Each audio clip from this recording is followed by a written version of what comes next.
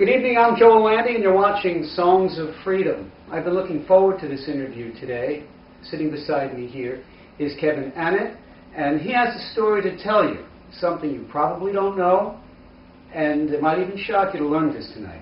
Let me read to you a little bit about Mr. Annett. Kevin Annett is in New York City this week to meet with international human rights lawyers who are assisting him in bringing charges of criminal conspiracy against the Pope, is that right? And the Crown of England. He will then be going to Europe to help convene an international common law court of inquiry into crimes against humanity by the Vatican, the Crown, Canadian churches, and pharmaceutical companies. His website is www.itccs.org, and he is seeking eyewitnesses to crimes committed against children, indigenous people, and others.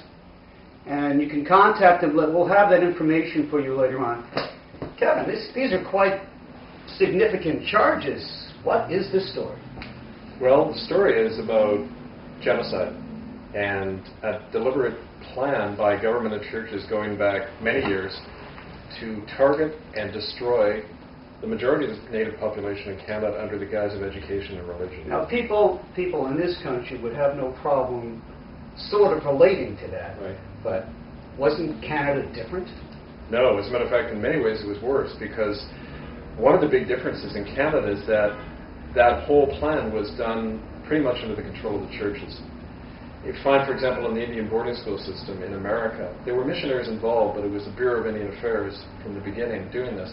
Canada, the churches had total carte blanche to go in, round up kids, incarcerate them, use them, including in slave labor, in medical experimentation programs, child trafficking networks, the whole gamut of crimes against humanity had all been documented with eyewitnesses and other means. And this went on until 1996, if you can believe it, for over a century. And our statistics show that over half these children never came back. The average death rate in the Indian boarding schools was between 40 and 60%. Now that's 50,000 or more children over a century. It's been corroborated by documents, and even the government's admitted that there was that high death rate now. Wow, so if the government admits to it, what actions can be taken against them? In theory, under international law, the heads of these churches and the government, even the Prime Minister, could face serious charges. The problem is, in Canada, they are in power, and so they set up this dubious Truth and Reconciliation Commission, which says, we're going to investigate it, but the churches are off the hook. They can't be charged with anything. To get any kind of financial compensation from the government, you have to sign off on any legal action against the government and the churches. You can't name names. You can't make inquiries about what happened to these children, the ones who died. It's a completely controlled process, which you'd expect in a system that's trying to protect itself. But this is why we're going outside the country. We want to bring in human rights charges against these churches, not just in Canada, but this is many places in the world this stuff went on. This is, on the scale of heaviness, out of 10, this is like an 11. So tell us a little bit about you. I mean, how did you get involved in all this, and why do you care? Well, I got involved in it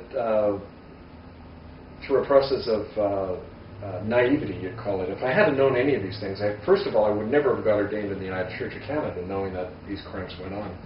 But I was, like a lot of white Canadians, very ignorant about our own history. So in 1992, 20 years ago this month actually, I showed up. I was a newly ordained minister, and I had a young family, actually a newborn. She had just been born a week before we got there, 2 daughters, and I began to work in the community there, and I began to meet a lot of Native people who had these stories. As a matter of fact, the very first Native home I went into, I heard a story that his best friend had been killed in the Indian boarding school, beaten to death in front of him, and then buried in the hill behind the school.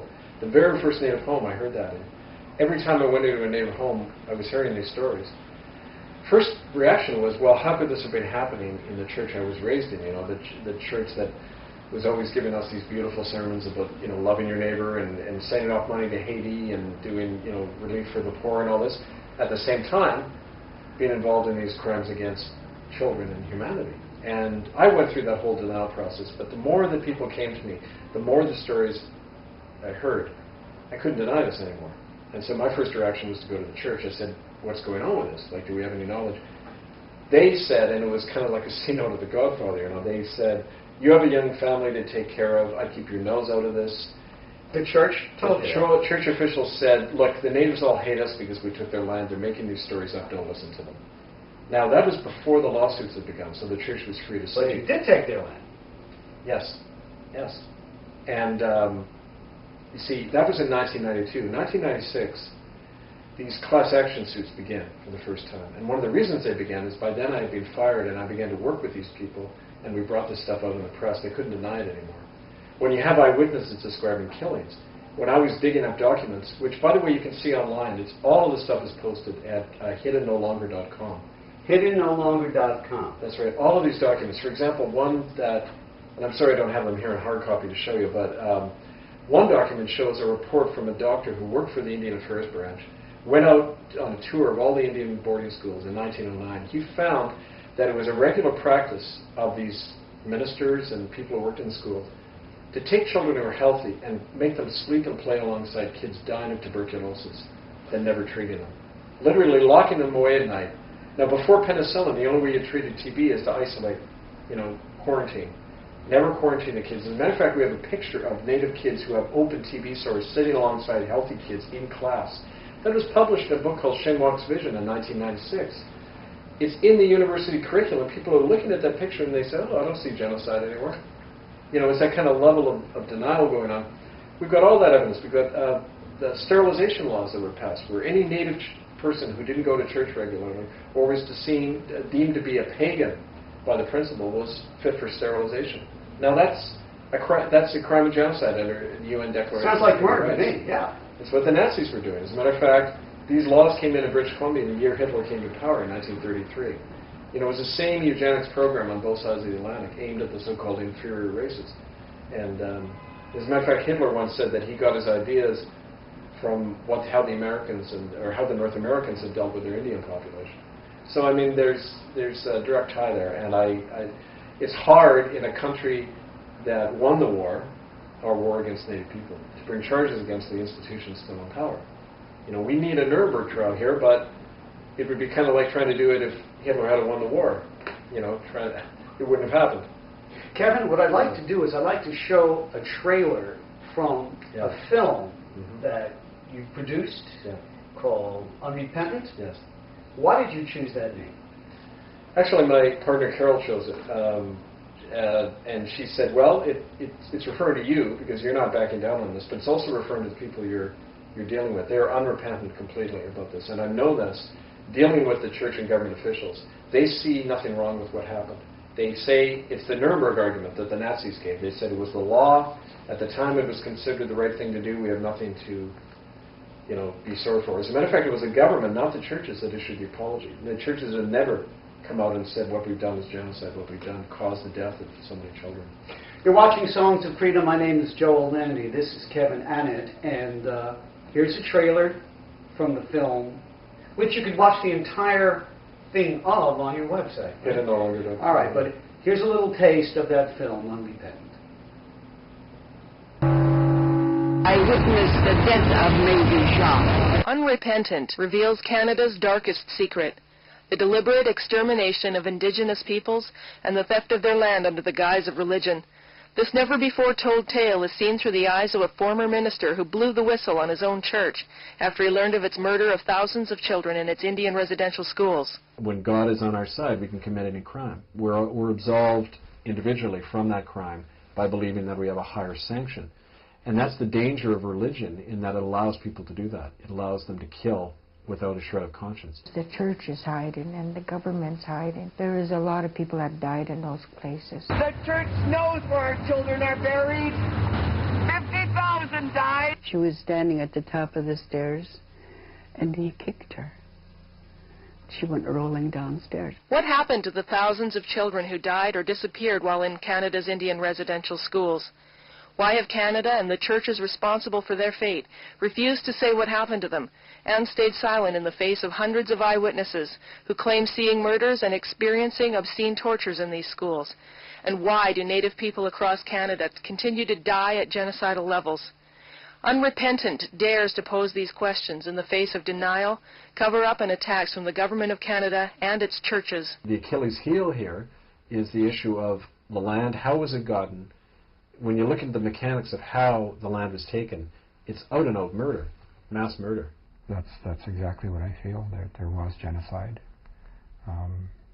The control was taken over when our people started to die. And they said they're burying another one. Forced to choose between the truth and his own church that committed these crimes, Reverend Kevin Annett opts for the truth at a terrible personal cost. In a seemingly hopeless battle, Kevin and a handful of Native survivors try to force disclosure out of powerful and murderous institutions. Filmed on location on stolen land where the planned extermination of Native people occurred and is continuing, Unrepentant dares to expose Christian Canada's dark shadow for the first time by exploring one man's struggle to remain true and do justice to his culture's victims.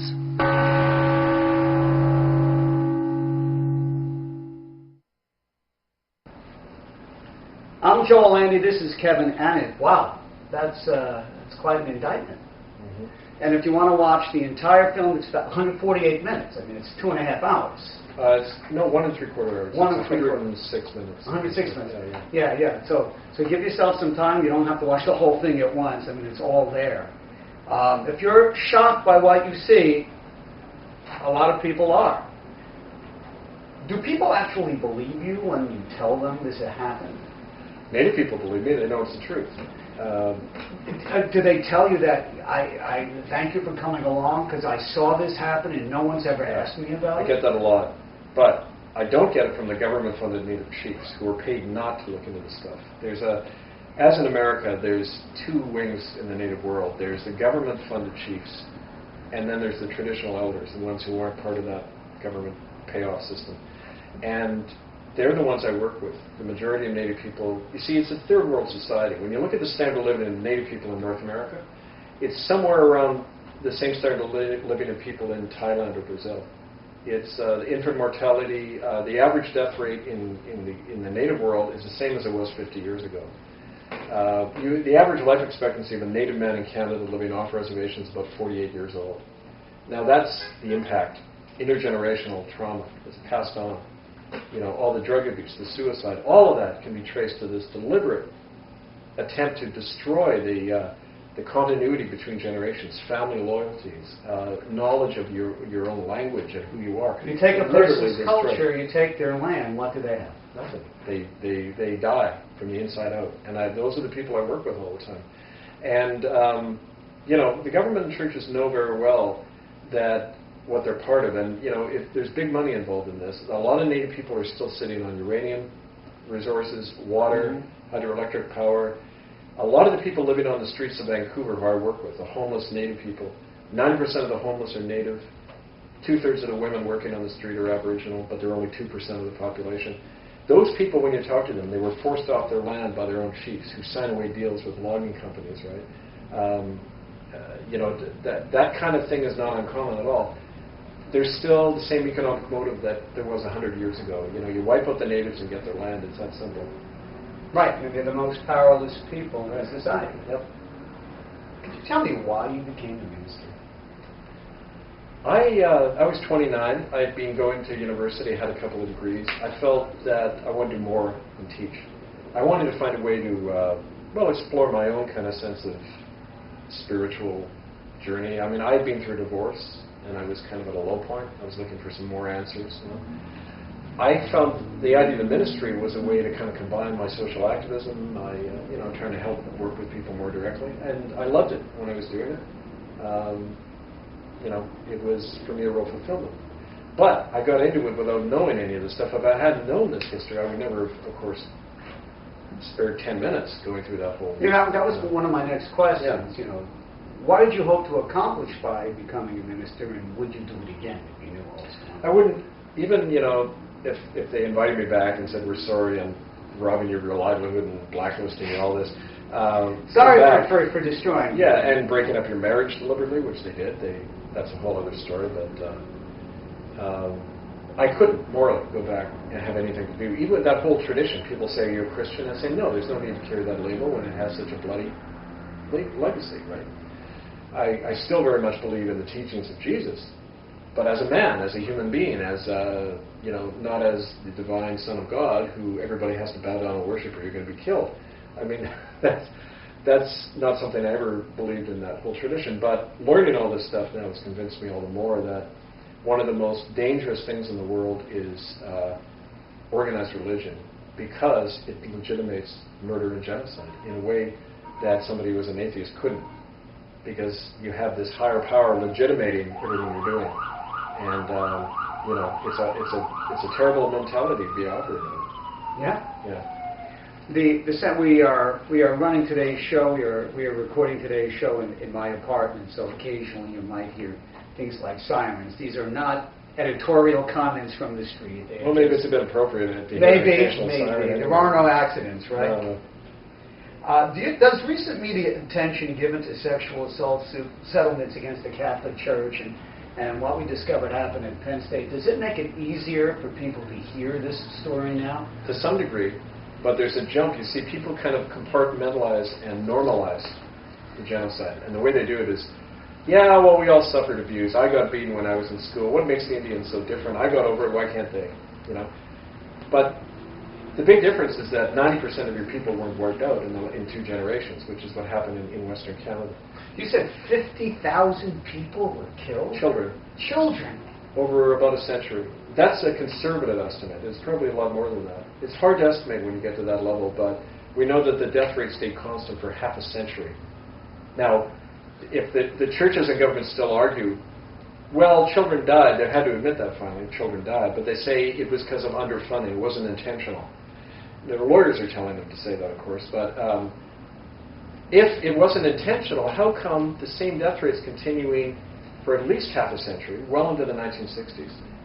If these kids are being deliberately exposed to disease, they're being deliberately not fed and underfunded, raped, tortured, trafficked. I mean, you do that decade after decade. You're trying to wipe people out, Yeah.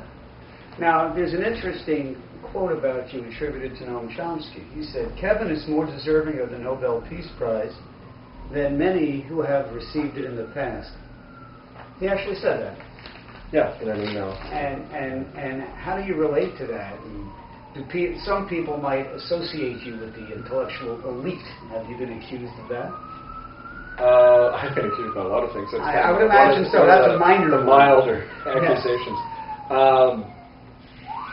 Chomsky's one of my heroes. I have a number of those books on my show. Well, I met him a couple of times. He's read my book, and that he said he was sorry he couldn't be more involved in it, but he had 300 lecture invites every week, so he couldn't come up and give us a hand. But Noam, if you're watching, you're welcome on the show. I've just always done everything I say is based on hard evidence, and as Noam Chomsky actually said to me once in a telephone conversation, they'll accuse you of a lot of things. Always say, just show me the evidence. And that's what I've tried to do, And documentation, eyewitness accounts. You can't deny people who are confirming what a document is saying, which is that children were deliberately exposed to disease and never treated. What would make you happy? I'd like to see the people ultimately responsible, the heads of these institutions, go to jail. I'd like to see a real criminal investigation done to find out where these children are buried, to give them a proper burial, to give them proper recognition, memorial sites, all Aboriginal Holocaust museums where this genocide can be documented. There is precedent for that. Yeah, of course there is. Yeah. And change the system at work. For example, in the Roman Catholic Church there's a law, and it's called Crimen Solicitanus, and it's in canon law, and it says if a child is raped by a priest anywhere in the world, the bishop and the priest are under papal order to cover that up and not tell the police. And if they do tell, they can be excommunicated for it. So any honest priest has said you have to choose between defending a child and your career in the church.